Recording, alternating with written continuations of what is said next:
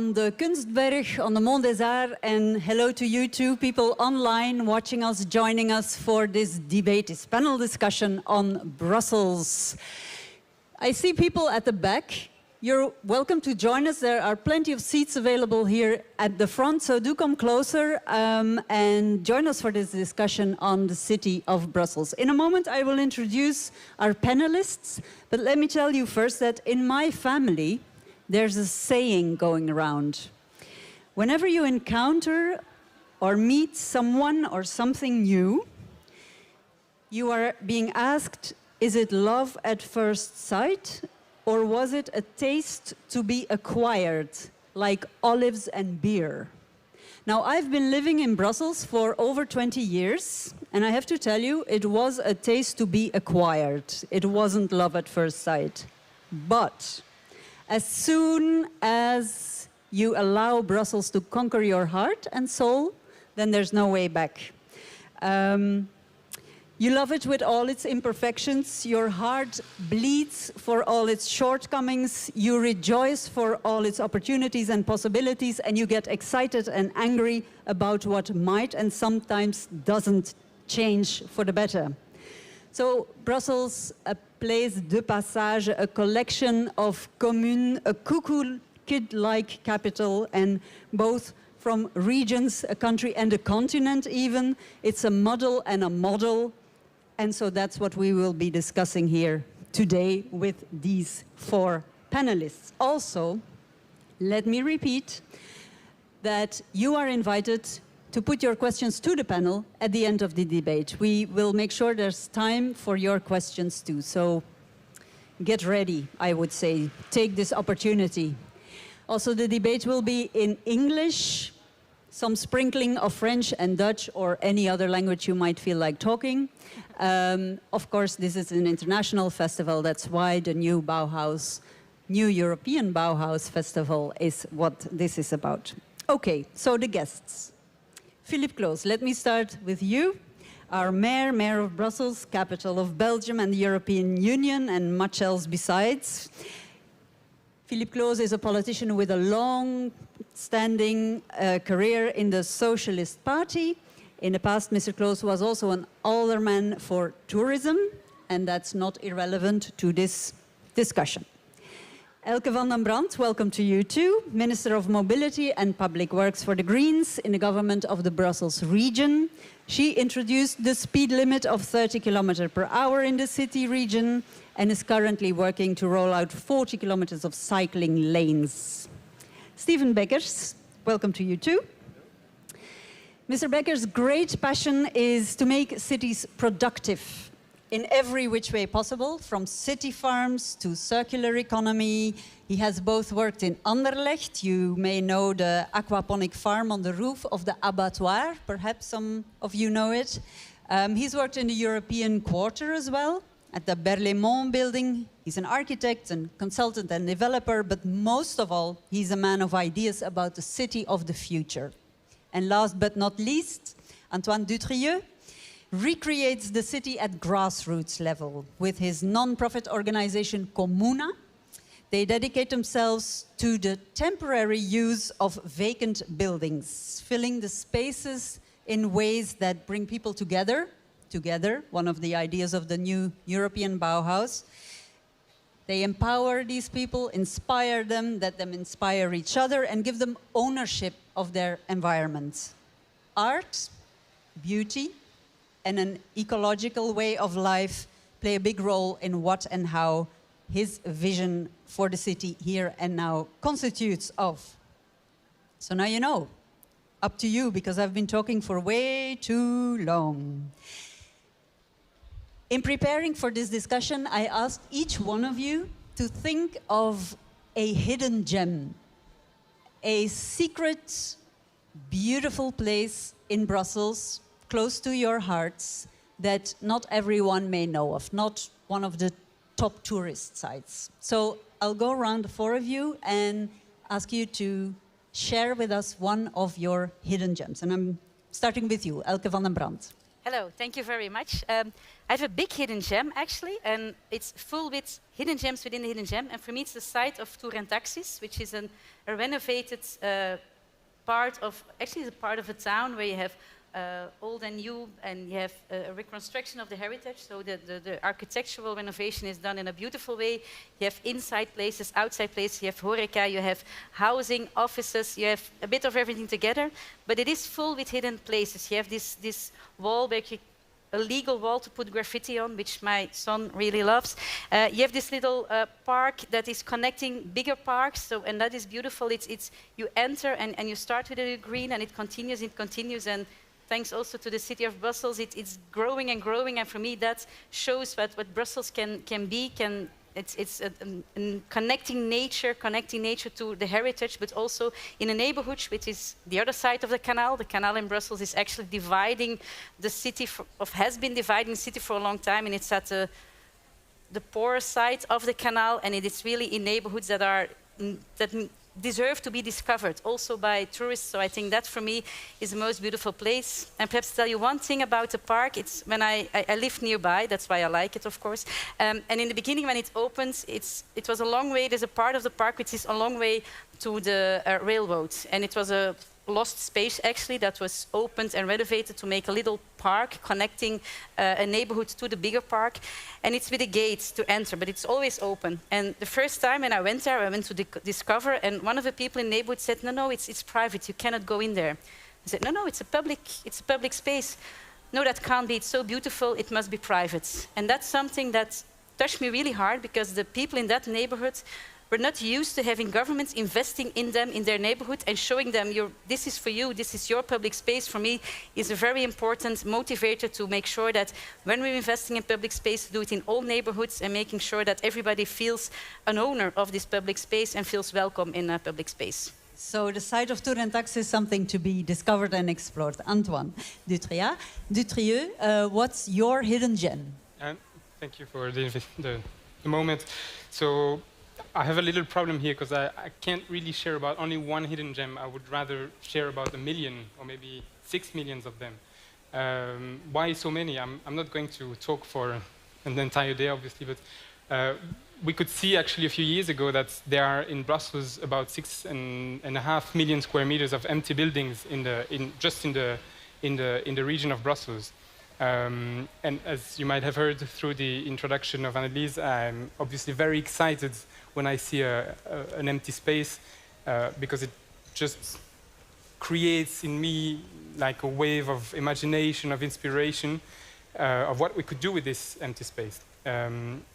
Just quickly, in 2019, we actually realized this about those million square meters of empty buildings, and we realized that there wasn't actually 19 municipalities in Brussels, but 20 of them, and one of them is what we call Saint-Vide-Leegbeek. So yeah, I would talk about all these empty spaces, and what we do in them is indeed a place where we can recreate connection between the people, when we can also give the citizens some ownership on the city. One of them that I can think of just straight away like this is a place in Forêt, in Vorst, called Maxima. It's an office building where we created a mixed city of users. Like there is housing for women who are victims of violences.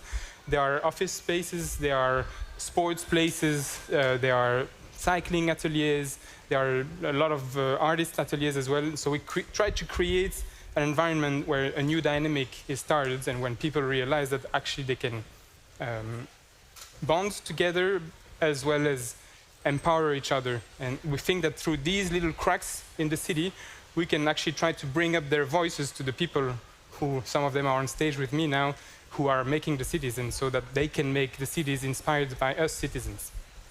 Voilà. Thank you for that beautiful idea.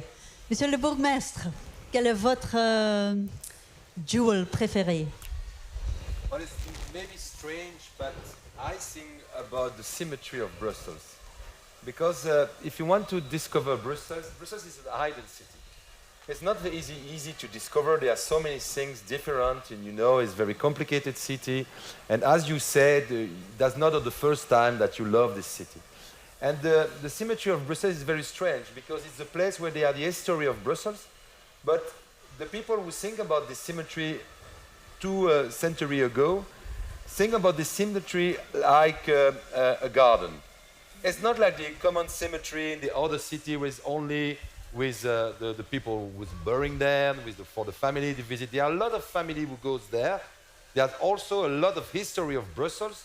For example, Henri Lafontaine, the former Nobel Prize, Belgian Nobel Prize, was buried there. But there's also all the soldiers of the World War I and World War II, also common people. But all what you can discover, a lot of mayor was buried there. They are a sort of special place for the mayor. I don't know, it's not my place there, but it's really interesting that you have a place very special, and it's also a destination for a lot of family to go only to walk there. It's very strange because in a cemetery, normally you don't want to go in a cemetery because it's always a sad place, and there are this dimension, maybe the exception, like in Les Pères Lachaise in Paris, because you want to see the place where Jim Morrison or other people are buried. But in the cemetery of Brussels, there are so many people in the neighborhood, they use this cemetery as a garden. And I think it's very interesting is the contrast of Brussels, that you can use a place with another destination than the primary destination. And I think as you place about the vacant building is always the same. And we talk a lot about the chrono-urbanism, that the Meaning what? Meaning what? What does that mean? What does it mean? That you can use a place with a different destination that was sought in the past. Yeah. It's very important that in Brussels, because you know that the densification of Brussels is one of the difficulty for the future, that we can use some place different that we did it in the past. So just like the cemetery of Brussels, like you say, used as a park almost or a city garden. Mr. Beckers, what is your hidden gem? Okay, I will bounce back on what Antoine said. It's not only one, and I like the idea of hidden gems for Brussels because most people, when they cross it the first time, they don't see it, apart from Grand Place or places like that. In fact, there is one particularity in Brussels, is that virtually every house is different. The typical city house with its sort of 6.5 meter wide and all that is almost always on the same plan with 3 rooms in depth, and then some amazing things inside the city islands. That's other hidden gems. And you said that I'm about today to make the city productive. The city was always productive in Brussels. The inside of these city islands were actually ateliers and workshops and city islands, you have to explain for a second that that's the inner garden. So, yeah. And it's very dense, as Philippe said. It's extremely dense. It's all divided in very, very small bits. We have a problem now. We have a problem which is called circular economy in one end, which is my dada, certainly for many years. But we need to rebuild the city on the city, but with keeping all these hidden gems. You know, not only Horta buildings, and which is the famous Art Nouveau architect, which certainly was an inspiration for many other buildings. But today we need space to be able to rebuild the city in the city. And I think the city needs to have its industry back, clean industry, local industry, and not only small things, but also very big things with the port of Brussels and big areas that can be developed. And I'm sure Philippe will follow that, because it's on your territory, that there is some space left. But also there are some ugly buildings in Brussels, many of them, in fact. Can they be gems, or should we get rid of them? Well, no, I think there are future gems. Some of them are listed and should not be. Personally, that's a feeling sometimes where we should be able to, and we have very good architects. I'm one, but I speak about the others. There are many very good architects who are capable of transcending the architecture again in the city, while making these buildings future-proof in terms of insulation and energy and water treatment and biodiversity and the rest of what we call regenerative circular economy. Okay, but now you're talking about future gems. The question was, what is your current gem? Because you mentioned a lot. Okay, if you have to pick one thing that people can go and visit or find, or okay, then it will be a gem I created, which is the big farm in Anderlecht. It's bigh.farm. If you look on internet, you can visit it. And it's an oasis in Anderlecht, which is a upcoming area, one of the upcoming areas of Brussels. There's a lot of new housing coming and all that. It's a bit too slow, but that's Brussels region. You need the movement to start. And it's 4,000 square meter of terrace, external gardens, but also a aquaponic production, as you kindly mentioned earlier on, where we produce 25 tons of Brussels trouts, which are rainbow trouts, which you can find in restaurants, and that's going to be developed internationally. So it's a gem that's going to make small gems in other cities as well. That's going to produce more gems. Thank you very much for sharing those gems, those secret gems with all of us. I have a question for Antoine. Why do you think are there so many places left empty or overlooked in Brussels? Why is that? It's a hard question. Okay. I don't have a PhD in such matter, but I'm going to try to explain it. There are several different causes to this. There are some buildings that are publicly owned and that for some reason are empty because they don't comply the norm anymore, or the project has ended, and as Stephen said, it takes a lot of time for the public administration to get the permits, find the money, start the works. So sometimes for those reasons the buildings are empty, and then there's obviously the major issue of speculation, where people buy buildings and they leave them empty rather, because it actually uses more money to redevelop them than to leave them empty. And it's just a placement, an investment in bricks without doing anything. And this is obviously something that we would like to tackle. So when, just one more question on that point. When you, with Comuna, take possession of a place like that, are you squatting? Is it illegal what you do, or how does that work? It's exactly the opposite. So we got inspired from this practice of squatting, but we turned it into a legal practice. The idea is that we now get asked to occupy a building because owners realize that it's actually a service that we can provide them. 10 years ago, we used to cycle through the streets and check the buildings and probably contact the owners, but now it's not like this anymore. So there are actually a lot of public calls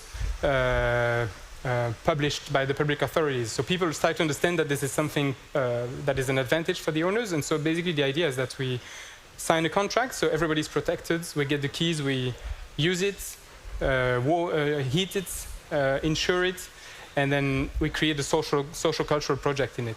So at the end of the day, when a building is empty for a year, it gets derelict. Winter is hard, rain is hard, vandalism is hard here in Brussels, so it destroys the building. So people have an advantage to use it rather than to leave it empty. Operating as a kind of caretaker, indeed. Exactly. Yeah.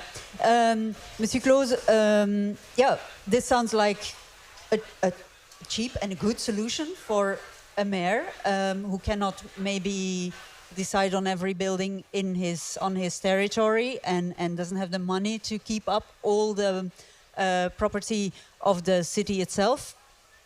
But how do you feel about buildings in the city? Are there enough buildings? This was talked about in earlier panel sessions as well.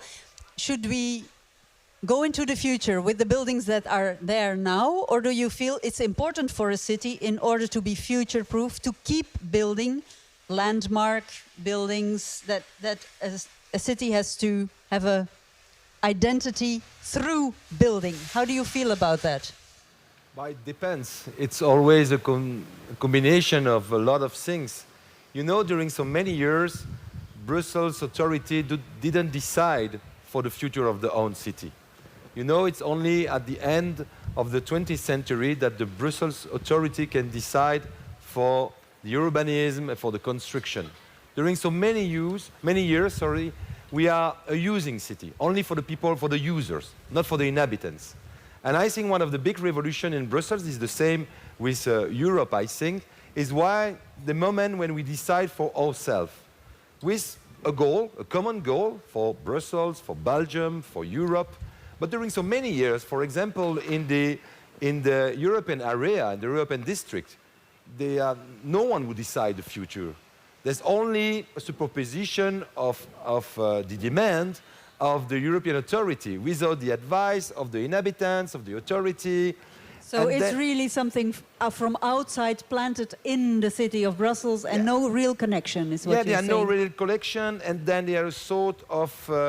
They don't. The European authority don't trust about the inhabitant. They don't trust in the Brussels authority. They don't trust about the federal government. Now we try to build another future together with the city, the region, the association, architect, all the people. Is what we do here with the new Bauhaus. It's to think about this future, common future. That there are a place for everyone. For example, I use always this example. We are now the most important diplomatic city of the world. But 20 years ago, we didn't know about this future. It's because it's sure you need European Union, NATO, and the other international organization. We are also the most cosmopolitan city of the world, with 184 nationalities every day living together in Brussels. In fact, we have the second one. The first one is Dubai, but Dubai is a little bit artificial. But for me, what is important with the building, with all the public area, is to decide with the people, with all the actors of the city, of this common future. And I know that Brussels is not like a museum city with the same building, the same street, the same public area. It's a little punk city. Yeah. There are so many, and I defend that. I think it's also important to say, okay, there are a place for everyone, and there are some activity very different in different areas. But for me as a mayor, what is very important is to link the people and to link the project. It sounds great. And I don't want to turn this into a purely political discussion, not at all. But I mean, it is very complex in Brussels, you have to admit. I mean, even before Brussels got to decide about its own territory 20 years ago, I mean, there are the commune, there are different layers, there are regions, national level, European level, and then including the citizens. It all sounds very good, but is it possible at all to do that, mevrouw Van Nembrandt?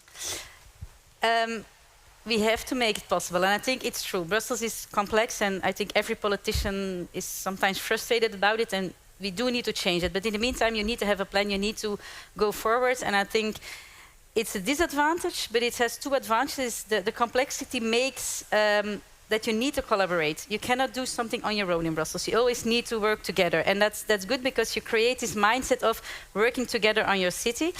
So that's one advantage of the disadvantages. Another element is also that I think Brussels is complex, but we are the glue of Belgium, we are the glue of Europe. I think what's keeping Belgium together with Walloon and Flanders, who are drifting a bit apart, is Brussels. So we are getting it together. And also Europe. There's a lot of bad vibes about this and that is decided in Brussels, and okay, they can be a bit mad at Brussels, but it is decisions being taken on a European scale. It is about collaboration on a European scale. It is about working together. It is about peace. So there is a lot behind the importance of Brussels and the glue that we are. And so, yes, it's complex. Yes, we need to make it work. Yes, it's frustrating sometimes, and it's slowing down some processes. But there is also some richness in it, and I think that's important to use this richness and together to have a plan. And I think that's something that we have in Brussels. So the region and, for example, the city of Brussels, we're all behind the idea of a 10-minute city, which is about making sure that if you redevelop a city, you cannot do every building and every moment, but that the bigger picture is how can we create this 10-minute city where from where you live, within 10 minutes you have a school, you have access to healthcare, you have access to culture, to bars and restaurants, and to make sure that in planning this city, we share this vision. And then there can be difference. There is a difference between the city of Brussels and Woluwe or Kuregem, so there's this diversity. There's a huge difference on the income, on the green in Brussels. So it is possible, and we can create it. And I think finding this common vision is crucial for our future. Unity in diversity. European slogan, so to speak, but also goes for Brussels, is what I hear. Do you think it is possible to really blend all these different faces, aspects, realities, socioeconomically speaking, culturally speaking, in so many ways, historically speaking, of all these areas in this region? We keep thinking we are very clever, but look at nature, it's far more complex. anything else. And frankly, I work internationally, and it's not any better anywhere else. Okay, that is good news then. So you have to take it as something which is richness. The 180, forgot how many nationalities. It's only 50. Yeah, it's 150 in Anderlecht that I know. But it's quite amazing. It's an opportunity. We don't have a sort of split population with really bad neighborhoods and whatever. We had some difficulties, but it's really improved. We have bad neighborhoods everywhere, is what you're saying? Poorer neighborhoods, or? Yes, but I think, I mean, of course, like any city, there are problems, but we have a tolerance. We have a way of discussing. Today, when we work on a project, whether it's an urban design or a building, we don't look only at the object, we look at what is around. And in fact, this complexity feeds the ideas, and even more when you talk to the population and you bring them together. Before, when we were working on a project, it was like, shh, don't tell anybody we're doing this project. We present it and we hope during the holiday it's going to pass. Okay. So that nobody will it's not protest possible anymore. or go to the courts and protest, and that it will just... exactly. So it remains complex and a long process. I think it's improving in terms of planning approvals and all that, but it's still taking too much time, but okay, it's a situation that can be improved because that's really administrative. But I could really see that we're making progress, and we have to bear in mind that Brussels is an exemplary city for many things, including ecology in terms of low energy buildings and passive buildings and all that. We've made some mistakes, but we are examples for other cities. But when you speak of low energy buildings and so on, a big issue now is a housing crisis, not only in Brussels, but in many, many cities across the globe, and it's only getting worse. Yeah. Renovation is always put forward as one of the actions that can help actually reduce energy costs and create a more healthy and safe and affordable way of living. But solar panels or even just renovation is not affordable for everyone that is a fact in Brussels as well. I imagine that is a reality that you come across quite often. So is this more than hopeful talk and dream, and can this kind of ideas about green buildings only be applied to new buildings, or do you see a chance to really implement that, Antoine, on a large scale and for all inhabitants of the city? I just bought a house. I'm just about to start the renovations, and the project is to do an affordable, resilient and ecological project with we don't have a lot of money. So I hope that if this type of ideas occur in people like me, they can also occur in others, and they can be widespread to a lot of people. And now you're talking about ideas, so you're saying this is about your mindset and you as an owner. But do you feel we as individuals are responsible for that, or do you feel this is also a matter of what the authorities should stimulate or help with? Of course, there are always improvements to be done. I think there's a new system of the prime, like renovation support, financial support, that is put in place in the region, and it's very, I don't know, is it? Renolution is the name. Yours? So it's my colleague Alain Moreau, but I'm very fond of it because we need to help people doing exactly. So. That's, so I think it's very supportive, can always be more. Self-renovation is not supported, for example, this is how you make cheap works in a house. But generally, I have the feeling that, first of all, the political world is getting younger. It might sound stupid, but if I am 25 years old and I need to talk to a person who's 65, there's a generational gap, there's some misunderstandings, and there's also, it's intimidating. Right now, all the politicians that I meet, I say tu. It might sound stupid, but I feel close to them. Hopefully they feel close to me instead of vous. We talk to each other, but we call by our first name. There's this, and there's matter also. I have the feeling that what I say or what I do is heard, at least by some of the people who are leading the political It's game. more So I think openness. it's hopeful. Yeah. Is that something that you implement consciously to open up politics for citizens, or do you only get complaints, Mr. Mayor? What I want to repeat is that sustainability is three things. And we speak always about environment, but we need to speak about economy and social.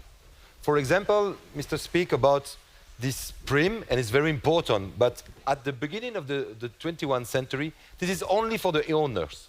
There are nothing for the people who rent an apartment or a house, and nothing for the social housing. And then they pay with a double penalty. They pay more for the energy, and they live not in a good apartment. Then it's the role of... There are waiting lists, so There are waiting lists for to social find that housing. apartment. But for the people who live in this apartment, in the building, the social housing that that was built in the middle of the 20th century, that's really awful for the energy. And then they pay sometimes more for the energy than for the rent. Yeah. And that's a real problem. Then we invest no more than 100 million euro only for the social housing. Because it's very strange. When we think about sustainability, we think that everyone are on the same start, but it's not true. Because we know all four, we have lots of sensibility, we study, we read a lot of books, but the first victims of the climate change, of all of this, is the poor people. It's why I repeat always that a policy without social, and in particular with sustainability, is nonsense for me. And we need to think, it's also important for me, to think first of all about these people. These people have no car, they are no owner, they are sometimes not the money to go to special farm. And what is important, for example, in the project of Stephen, it's in a special poor area that we call, sorry, that's not the good term, upcoming area. But it's very important to show also that in the city, the sustainability is not reserved only for the people who have the money to do it. And then for the housing, for example, it's very, very important for me to speak about the social housing, renovation, but also building new social housing. But is it feasible in a city that is also a city de passage, some areas especially, new people coming in, there are house owners taking advantage of people with no means to pay properly and who have to put up with horrible places to stay. What can you do as politicians, as rulers of the city and the region to tackle that? The goal, the real asset of a city is always the mixed city. If you mix the different people who live in your own area, in your own neighborhood, it's always a success. If you do only rich area and poor area in other sides, it's always very dangerous. Then it's maybe a real asset of Brussels is that all, as we know, the banlieue, like in France, are inside the city. They are both people who are living together, like the 184 nationalities. The poor and the rich people live together. You know, Brussels is the richest city of Belgium, with 20% of the GDP of the country. But there are poor people in Brussels. And what our goal of Elke, me, the other public authorities, is to link all what we produce in Brussels with the people who live also in Brussels. Also with people who only comes in Brussels to work. There are no problem for that. But we need to find something, also a solution for all the people who live in Brussels, for the inhabitants. Financing, you want to react to that? Or? Yes, with a lot of it. So go ahead. It's true. We often make a division about public space and private space and how can we make housing more eco-friendly, and it's essential. If you want to tackling climate change is costly, but not tackling climate change is much more costly. We will pay for it. The poorest people, the first. We see it. The air quality is the worst in the poorest areas in Brussels. It's a one-on-one link, so it is essential. But for me, it's important that we find solution for social housing. For example, the commune of Saint-Gilles, they are putting solar panels on the social housing, and in that way making sure that with the collectivity they invest in it. So we need to find solutions for it. But for me, it's essential to have this global view and to realize that investing in climate resilient cities is investing in the climate, but it's also investing in good quality of life and making sure, for example, if you have more green in the public space, it's good for the climate, but it's good for people to be in. It gives you a better quality of life, especially in those neighborhoods who are the most dense, to make sure. And it's often good also for your wallet. If we go on renovating houses, we renovate houses because it's good for the climate, but it's also good for the local employment. It is putting local people to renovating, so it is a local employment. It's good for the energy factor of people. So I get a bit angry when people say it's expensive or it's difficult to invest in climate change. No, it is difficult, it's challenging, but it is making the city better. And we also need to think about how we make this division between public and private place, that we open it up more. In Brussels, most of the people don't have a garden, don't have a terrace, so the public space is a bit their home, and you need to make sure that people feel like home in it, and that you organize it in a way that it is there for the people who are living, using, visiting this city. And we can win a lot, and we can win a lot of efficiency, because we don't need all to have our own garden. It's a nice dream, but it's impossible if we have more than 1.2 billion people. You cannot give everybody a garden, but make sure that people feel welcome to have a drink here in this public space, that they have safe spaces to be in. And in that way, we can create a more intelligent city, a more resilient city, and make sure that it will be a nice place to visit, to live in, to work in. And for me, that is where the future is. Steven Beckers, you were nodding. You Yes, agree with everything? Yes, almost. No, for me, first of all, we are here because of the new European Bauhaus, and when we talk about the 3 pillars of sustainability, beauty is the fourth one. It's the fourth leg that really makes it work, and I think that's what Ursula von der Leyen wanted to put back in the game.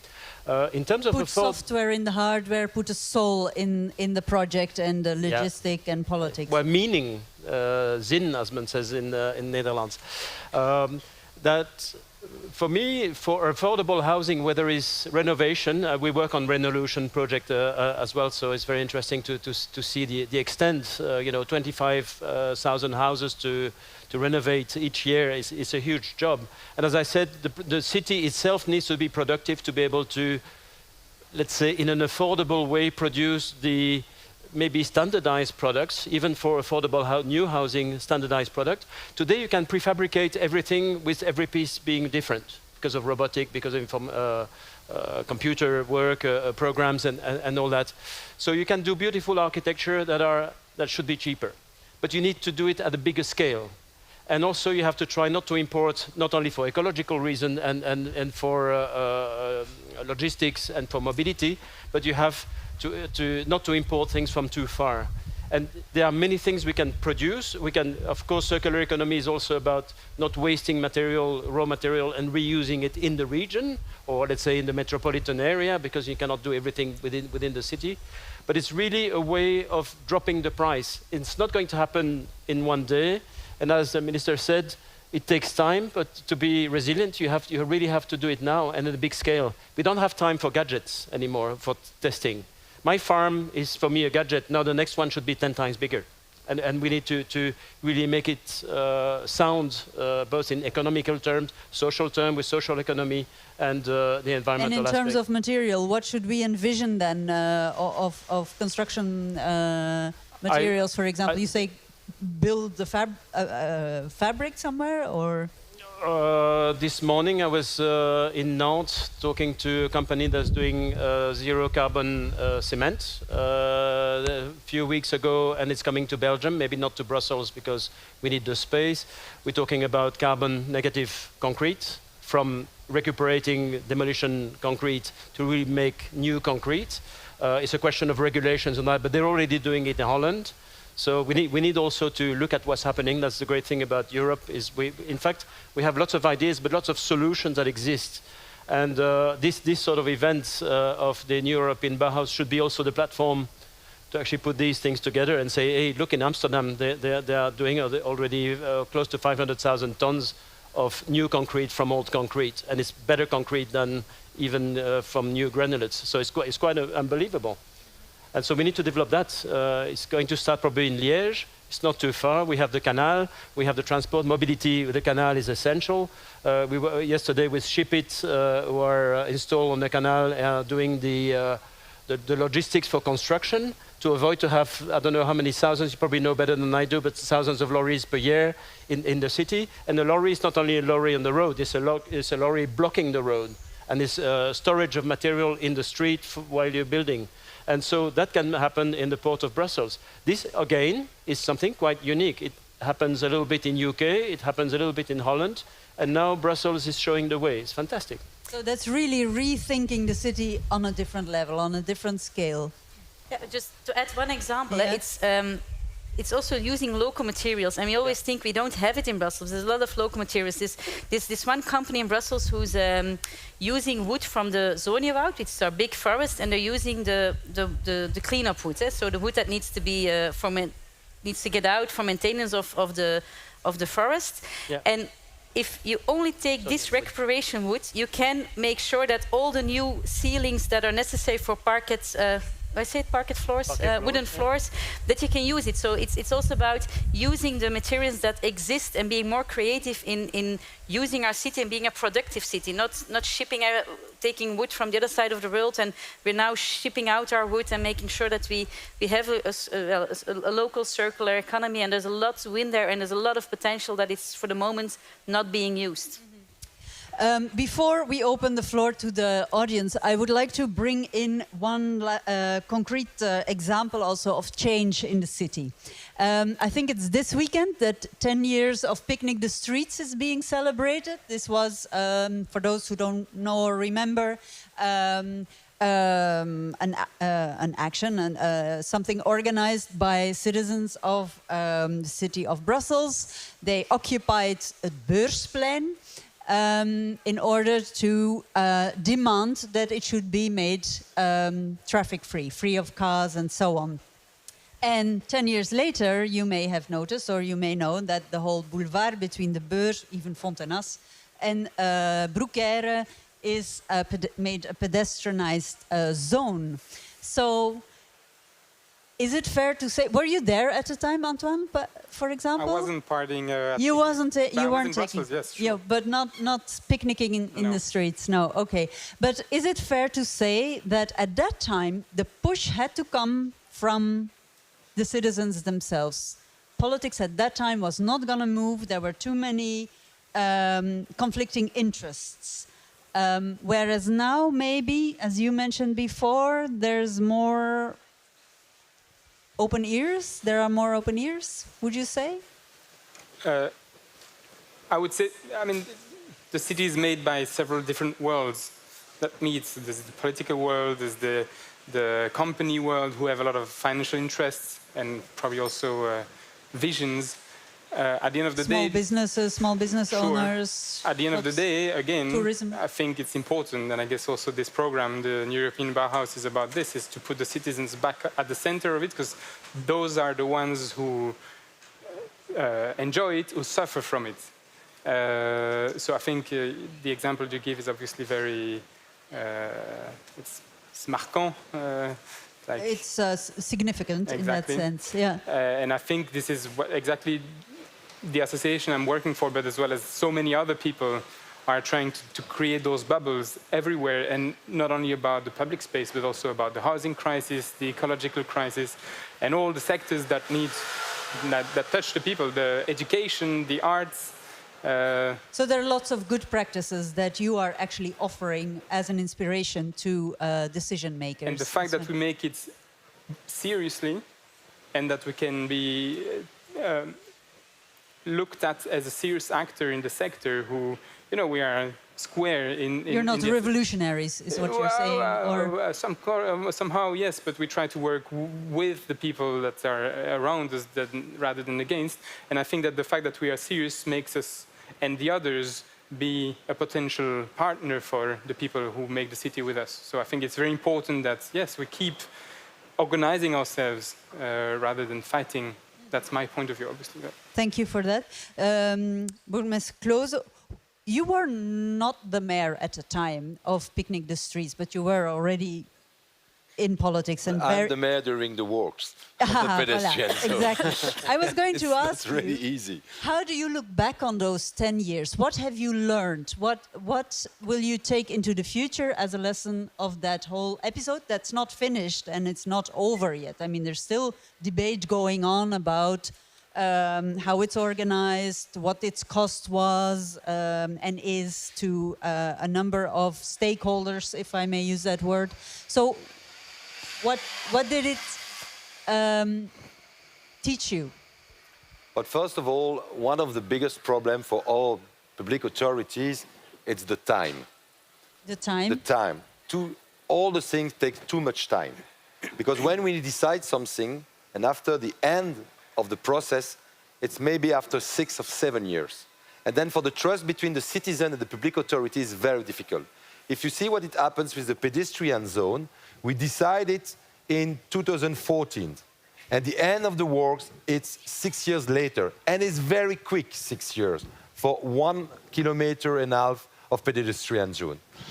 It's one of the problem. But for me, what the learnings of the pedestrian zone for me is that what is really important is to share the public area. It's not the problem of mobility. Mobility, it's a middle. It's how we can share different things. I talk about the chrono-urbanism. How can we share the different space? How could we occupy the different museums? For example, I use always this example. It's not the public area, it's not mobility. During the pandemic, we had a lot of students who say, okay, there are a lot of digitalization, we have no problem with the computer, no problem with the Wi-Fi, but we have no place to study. We have no bibliothèque for us. There are no place where we can go with our computer.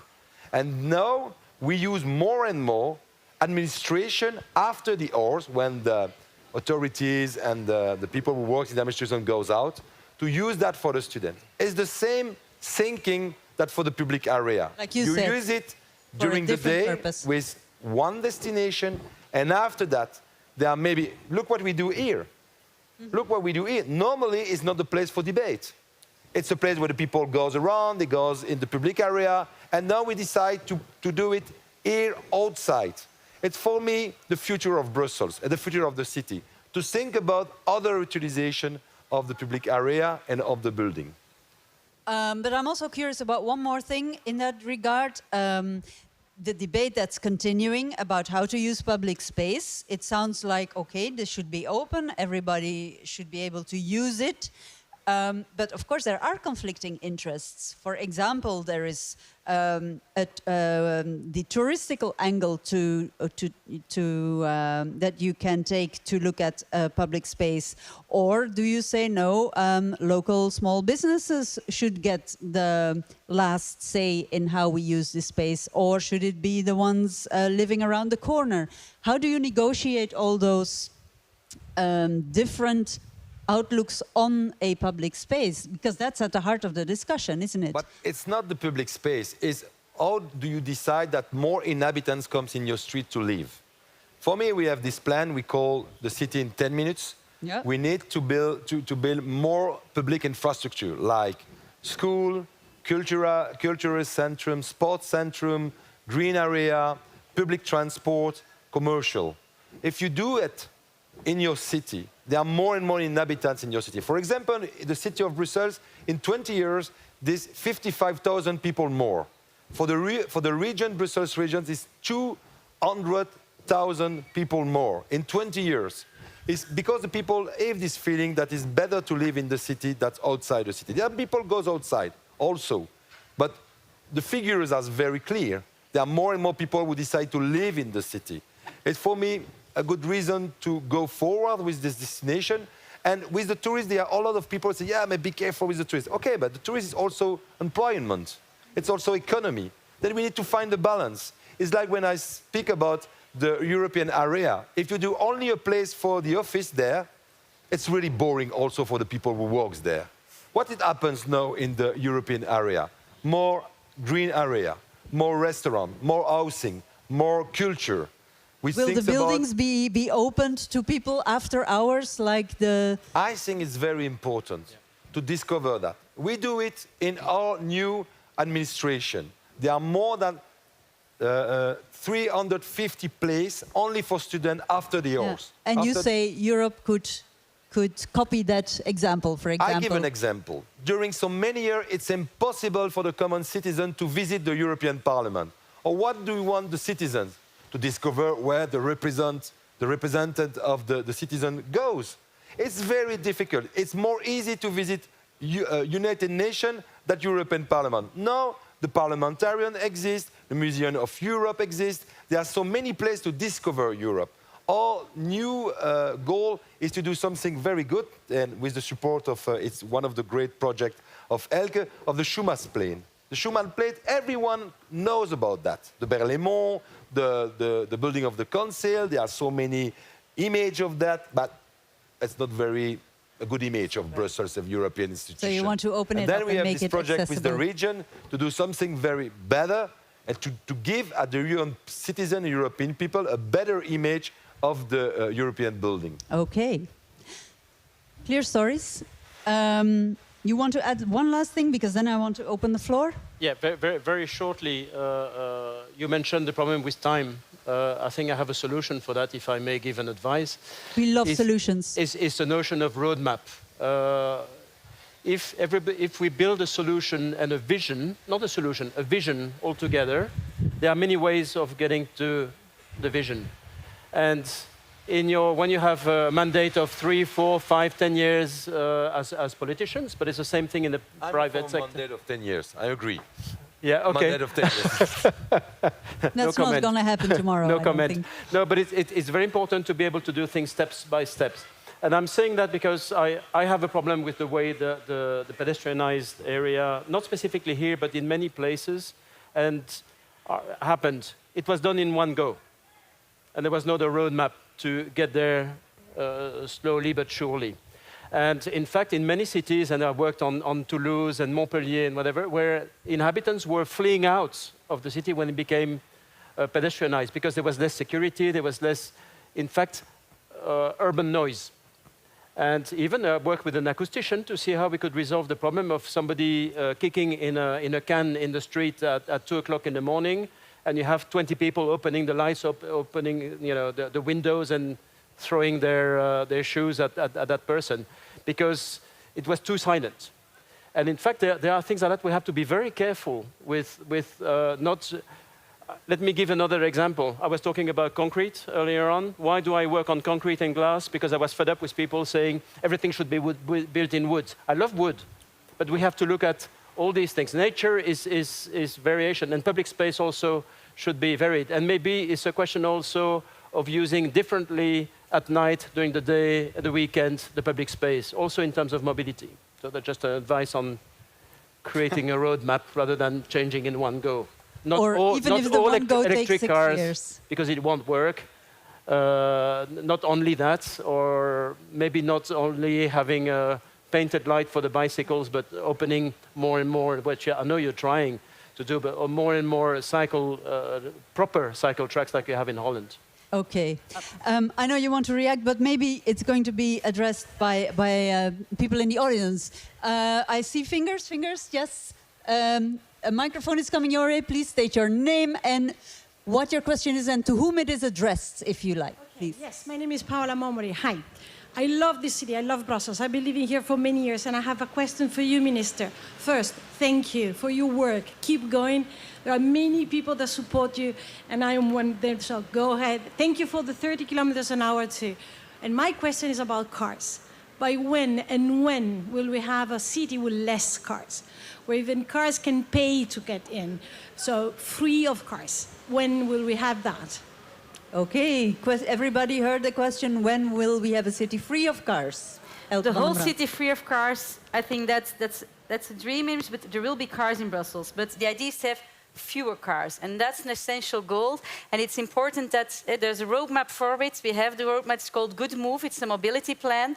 It's a plan for 10 years, so we created, and we're step by step getting there. And the ambition of Good Move is to have 30% of cars, fewer cars in Brussels, and also not have the cars everywhere, to have a more intelligent design of where you put your traffic, and make sure that you canalize the car traffic through the main axes that are the more apt for it, and make sure that in neighborhoods neighborhoods where people live, where your children should be able to go out, go to school without being afraid of their life, where you can meet one another so that you have low-car neighborhoods. And that's one of the things that we're implementing for the moment, but it takes a roadmap. You cannot say, well, overnight, now this is finished. It takes a roadmap. And for example, the city of Brussels is a huge partner in this event. They have the historical heart of Brussels, the Pentagon, has now this circulation plan that will be implemented this summer. And I know, so I thank you for the support, but I think you need to support also all the other politicians that are putting their in front of it, but I know it will be a difficult time. It will be difficult to explain to people that things are changing. Change is always something that reacts to things. But the goal is to make sure that you can still access if you need to, if you have a lot of baggage or you need to visit your grandmother and you have a reason that you can still get in. But all the cars driving through, we want to get them out of it. And for too long, Brussels was a city that it felt in a lot of neighborhoods, it was developed to get cars, get through them to get to the city center, people to work and go out. And I think that's crucial, and that's what Picnic the Streets has done for me. That's giving the people the feeling that we can also develop a city for the people to live in. And if we do it, it will be better for tourists. It will be better for the economy. It's not a contradiction. It is making a more nicer, more nice neighborhoods. And so these are the plans that we're putting in place. They will take some time. They will take some work on it. But we are putting the aim to it. We have this roadmap, and I hope that every year we can see we have more cyclists, more people walking, and fewer cars, and keep cars for those who don't have an alternative, but create a lot of more options and alternatives in our city. Merci beaucoup. Une dernière question, Monsieur Claus. Ces projets que vous avez d'ouvrir les bâtiments à des étudiants, mais je pense qu'il y a très peu d'étudiants qui les connaissent. Faites-les connaître parce que c'est un très beau projet. Donc merci beaucoup, mais affichez-les un peu plus publiquement. Je pense qu'on n'est pas très connus. Il y a plus de 800 places qui sont tout le temps occupées. Donc c'est normal, ça ne s'adresse pas à vous. Donc, mais je peux vous dire que dans nos quartiers populaires, ils n'ont pas le choix. Et donc ils y viennent dès qu'on ouvre ces places et on prend des endroits parfois complètement saugrenus. C'est pour ça que sur le centre administratif, on y a pensé tout de suite. Il y a énormément, et les places sont pleines immédiatement. Donc honnêtement, on le fait et on voit que chaque fois qu'on en crée, et on encourage les autres à le faire, elles sont remplies immédiatement. Parce qu'ils ont une force par rapport à nous. Vous savez, les étudiants, ça communique beaucoup plus vite que nous. Merci beaucoup. Okay, spread the word is what I would say. Maybe there's time for one more question. Someone, lady with the microphone, there's a question right at the back. Thank you. So, one of the problems of Brussels so far has been that the political parties that govern Brussels, most of their members don't live in Brussels. And so they don't want, for example, a tax for coming to Brussels with their car. And so one solution to that are citizen assemblies to give power back more to the people who live in Brussels. But then I would love to know your point of view on citizen assemblies. Are you going to support that? It would be great to make Brussels one of the examples in Europe and give more power to local people. Okay. That question I'll translate as you've been talking about listening to citizens, rather to take them on board in the discussions, but how are you going to do that? Because it's easy to say so, but are you going to organize, for example, citizens panels, or how are you going to make sure that the input from citizens is taken seriously and really influencing the plans Sure. politicians are more rolling and more. out? First of all the Brussels politicians need to live in Brussels to be a Brussels politician. Sure, but in the party. Brussels Parliament or in the municipality, it's an obligation. Not at the federal, but for the rest, first of all. Secondly, I have a good example. Very hard things to do, it's the public transport.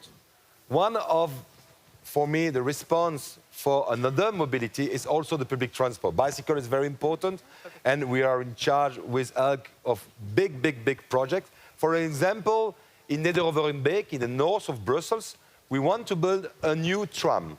Normally, everybody is very happy. There are a new tram who comes in my neighborhood, it's stopped. That's not the case. There are a lot of people very awful, it's not necessary, we are against. And we organize a panel. First of all, it takes time. If you want to do something with the people, you need to know that it takes time. It's not with one meeting. You need to do a panel, to organize something different, to give time for the people to express. But you need also, I really like what Stephen has said, a roadmap. To say, first of all, we want a tram. Sorry, we have all the study. But we are together to speak about what is the best way for the tram, how can we connect other neighborhood with that. Then it's always a balance with the democracy, direct democracy, and representative democracy, we say that? Yeah. We say that as we know in the past. That's always this balance. There are a lot of experience about that. There are a lot of experience in Brussels. I'm one of my deputy mayors in charge of this new building relationship with the citizen. And it's really interesting that more and more, as Stephen said, the roadmap is more strong for the future. If you associate the people, they are invested. People are not agree that it exists always, but people understand more what is in the mind of the politics and of the mind of the authorities, the vision. Okay. But it takes time. First of all, you need to know that it takes time. If you do it only in one meeting, it doesn't work. So, patience is what I hear. Ladies and gentlemen, unfortunately, this is all the time that we have for this discussion, but it's an ongoing discussion. A city is a live thing, and of course the debate is far from over, on the contrary. I hope our guests will linger and mingle a little bit. Hopefully you can put any questions you still have to them. For now, for here on this stage, I would like to thank you, all four of you, for taking part, taking the time to come here and talk to us and share your ideas and hopes and fears for the future of the city of Brussels. And thank you for being here and sharing this with us. Enjoy the rest of the afternoon. It's fully...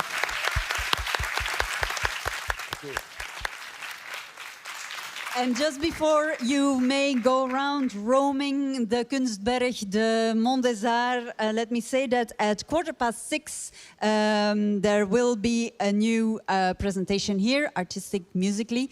But in the meantime, do feel free to go and check out the workshop on textile that is taking place on the other side of the statue there, and the music making plants, really, on the first floor of the Koninklijke Bibliotheek. Go check it out. It's very interesting installation, and it doesn't take long. You will be back in time for the next session at 6:15 if you go there. Enjoy and see you soon.